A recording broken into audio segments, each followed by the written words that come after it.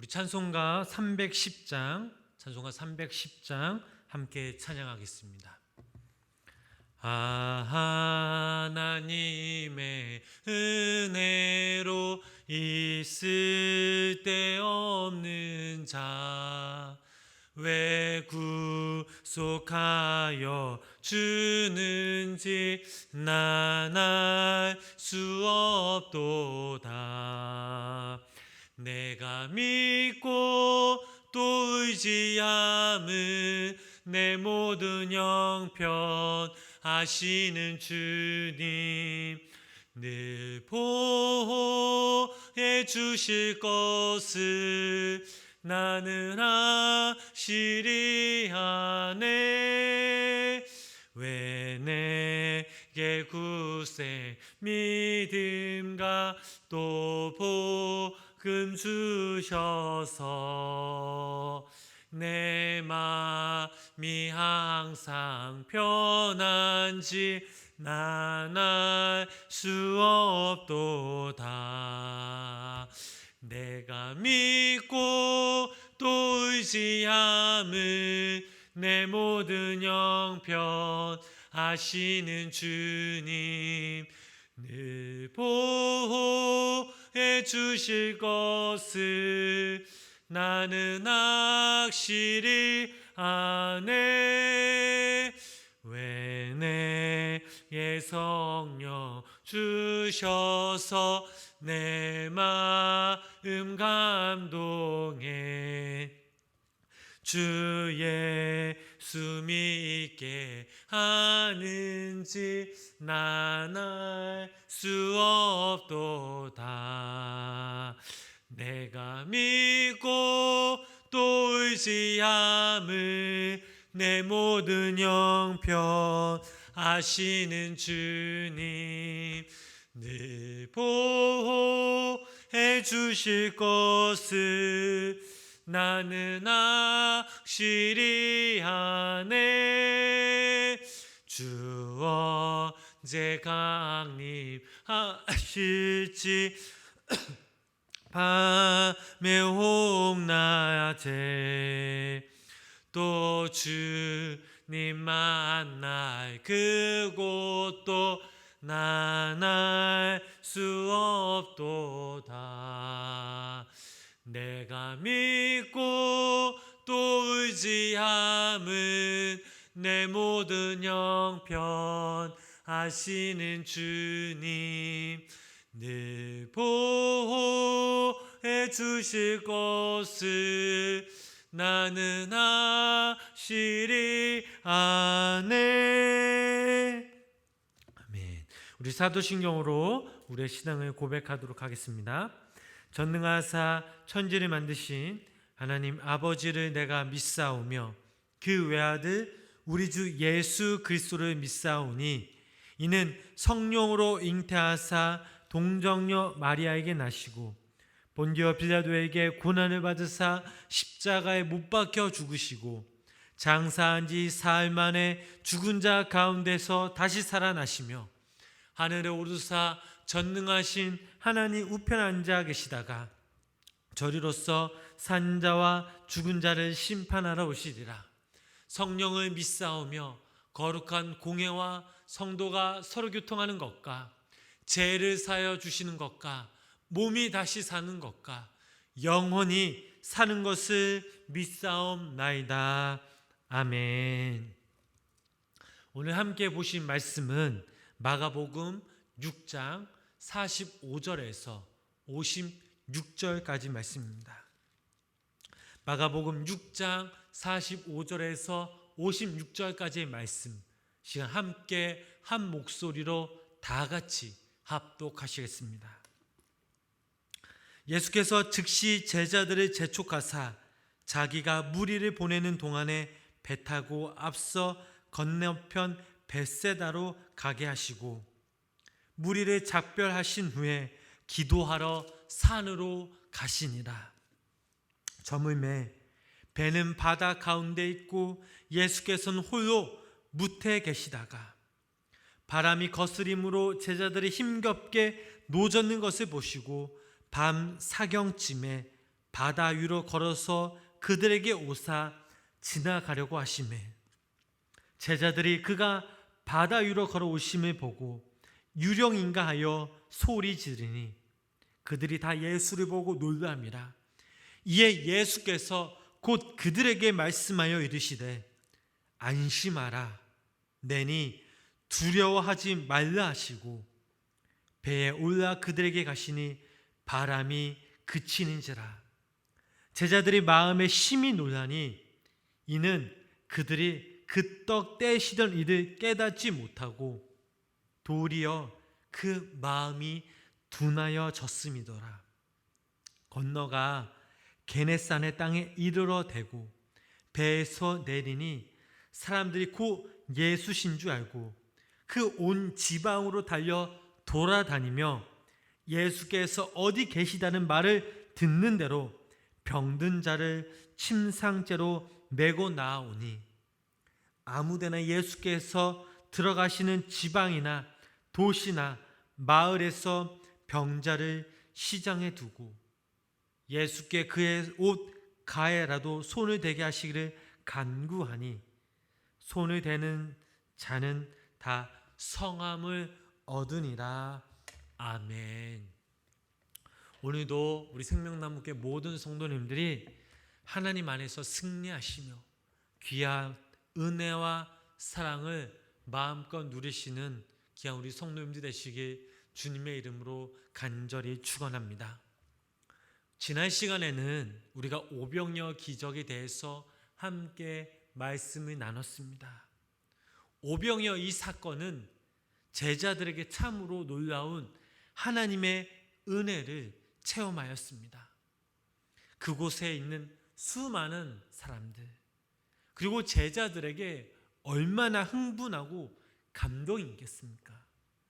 그런데 그 사건이 여운이 가시기 전에 제자들은 거스리는 그 바람으로 인한 고난을 겪게 됩니다.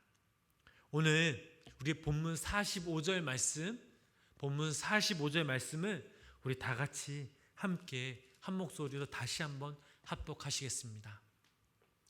예수께서 즉시 제자들을 재촉하사 자기가 무리를 보내는 동안에 배 타고 앞서 건너편 벳세다로 가게 하시고 아멘. 이것은 예수님이 오병이어 이 사건을 통해 즉시 취한 행동을 기록한 것입니다. 그렇다면 예수님께서 풍성한 은혜와 잔치를 베푸신 그 이후 아직 그 기쁨이 가시기 전에 이처럼 서둘러 무리들을 흩으셨을 뿐만 아니라 제자들을 재촉하여 건너편으로 가도록 하신 그 이유가 무엇입니까?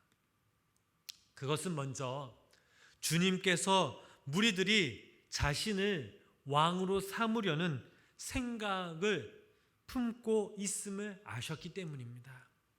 즉 주님께서는 서둘러 무리들을 해산시킴으로써 그들의 잘못된 그 메시아간을 거부하셨을 뿐만 아니라 제자들도 그런 생각에 휘말리지 않도록 미리 예방적인 조치를 취하신 것입니다. 또한 한 가지 이유가 더 있는데 건너편에 게네사렛 지방에도 주님의 손길을 기다리는 수많은 영혼이 있었기 때문입니다. 주님께서는 제자들이 한 자리에 머물며 사람들과 한가하게 담소나 즐기고 있는 것을 원치 않으셨습니다.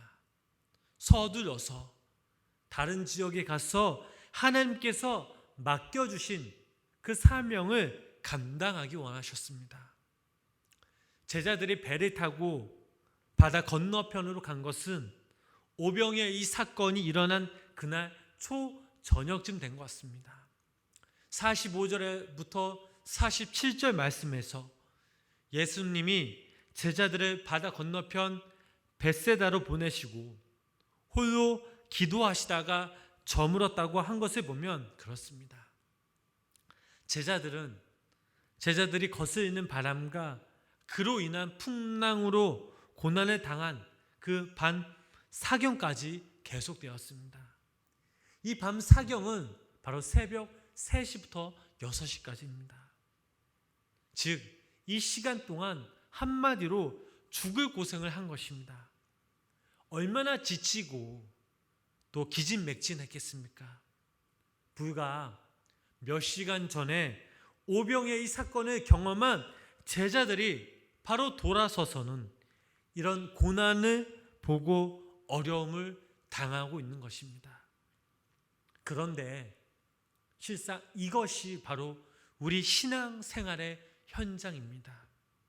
방금 놀라운 하나님의 은혜를 체험하고 기적을 목격하고 병이 낫고 감동과 감격으로 하나님을 찬송했는데 지금은 거의 죽게 된 지경에서 신음하고 있는 것입니다.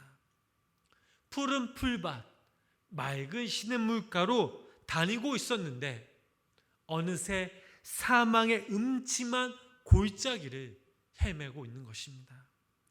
기적의 축복과 죽음의 고난이 어울리지 않게도 이 성도의 삶 가운데 동시에 일어난 것입니다.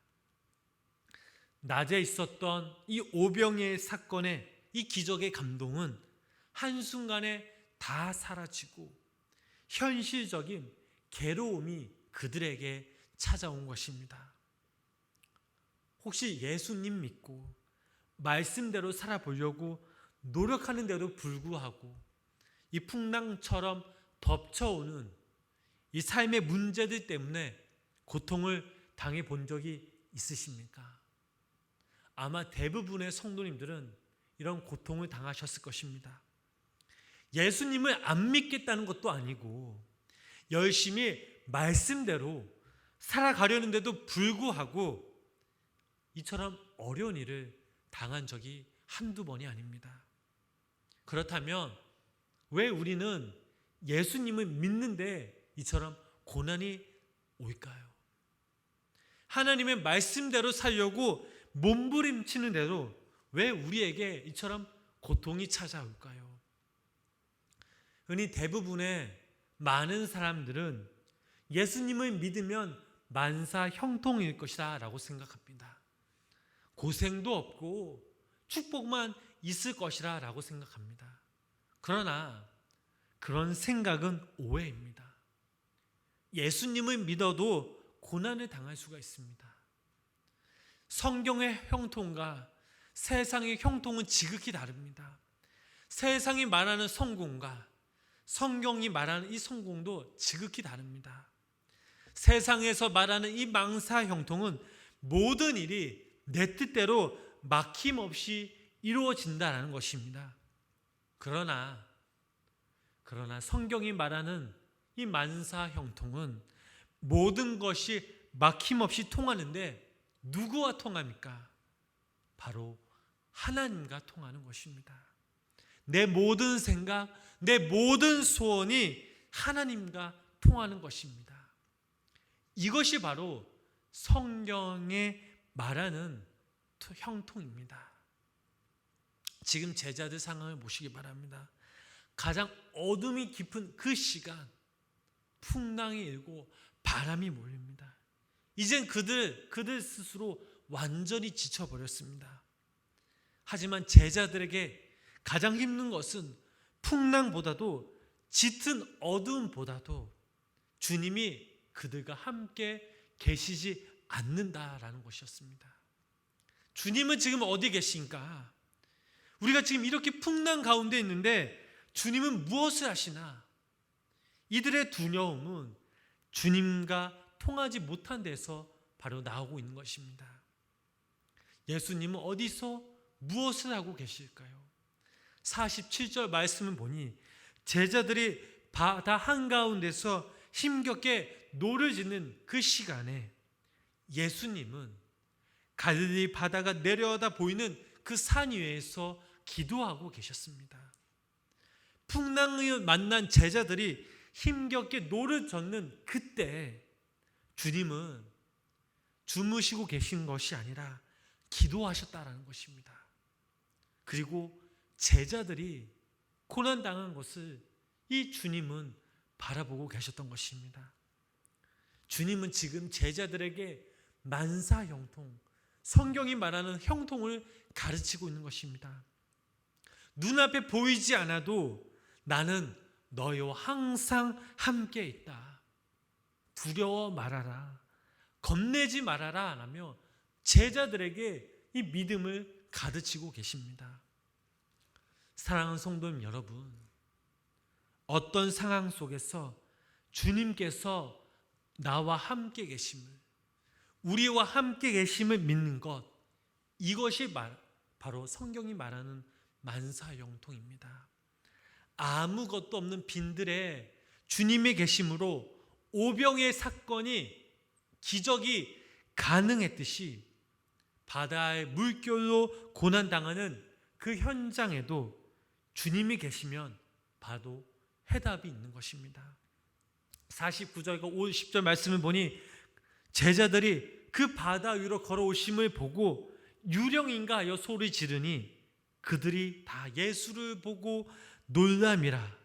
예수께서 곧 그들에게 말씀하여 이르시되 안심하라, 내니 두려워하지 말라 하시고, 주님은 말씀에 순종하여 바다 건너편으로 가다가 주님을 만난 그 제자들을 버려두지 않으셨습니다. 밤 사경, 폭풍 속에서 가장 견디기 힘든 그 시간, 그때 그 절망 가운데 지쳐 쓰러지려고 하는 그 순간에 이 예수님은 바다 위를 걸어서 제자들에게 오셨습니다. 사랑하는 성도님 여러분, 우리가 주님 말씀을 따라가다 고난을 당할 때 우리가 왜 염려하지 말아야 합니까? 왜 아무것도 없는 빈들이어도 우리가 염려하지 말아야 합니까? 거친 바다, 풍랑 가운데 그 물결로 인한 흉흉한 바다 한복판이라도 우리는 왜 두려워하지 말아야 합니까? 그것은 바로 나와 함께 하시며 우리와 함께 하시며 우리에게 찾아오시는, 내가 믿는 그분이 바로 하나님이기 때문입니다. 그분이 자기 말씀에 순종해서 고난당하는 그런 자들을 하나님은 절대로 내버려 두지 않으십니다. 왜냐? 그 하나님은 신실한 하나님이시기 때문입니다. 오늘 우리 삶에 믿음으로 산다 하도 어려움이 있고 고난이 있습니까? 눈물이 있고 아픔이 있습니까? 좌절이 있고 절망이 있습니까? 두려움이 있고 혼란이 있습니까? 밤 사경에 무리를 걸어서 제자들에게 오시듯이 그렇게 우리의 고난 속에서, 우리의 두려움 속에서, 또 우리 절망 가운데 우리 주님이 걸어와 주심을 우리 믿으시기를 바랍니다. 내 이성으로는 아무리 생각해도 이 고난, 이 절망을 이길 방법이 없고, 내 경험으로는 아무리 떠올려도 이 물결을 이기는 지혜가 없다 한들 내 안에 거하시며 안심하라, 내니 두려워 마라 라고 말씀하시는 이 주님의 형통의 은혜가, 말씀이 이 생명나무교 성도인 삶 가운데 간절히 임하시길 주님의 이름으로 축원합니다. 그래서 더욱더 우리가 믿음으로 살아야 하기 때는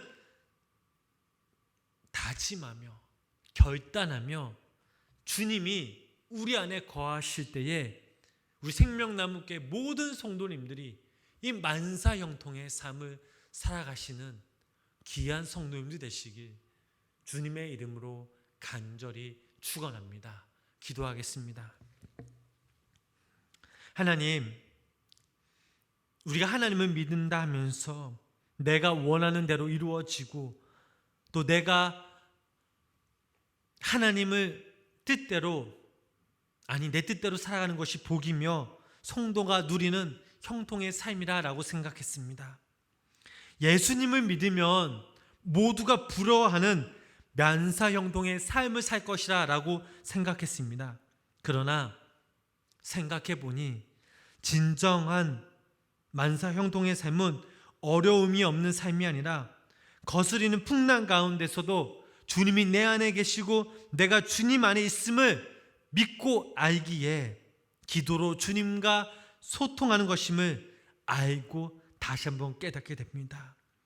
하나님, 우리 생명나무의 모든 성도님들이 일상의 모든 순간이 하나님의 은총이 함께하는 때임을 잊지 않게 하시고 하나님을 향한 사랑, 믿음으로 오늘 하루 우리가 살아갈 때에 우리에게 능력 주시고 힘 주시고 또 우리에게 은혜를 부어주셔서 우리 생명나무의 모든 성도님들이 고난 가운데 또 지친 삶 가운데 믿음으로 하나님을 바라고 계시고 다시 한번 우리가 일어서서 주님을 향해 전진하는 귀한 우리 생명나무의 모든 성도님 되게 하여 주시옵소서. 예수님의 이름으로 간절히 기도드렸습니다. 아멘.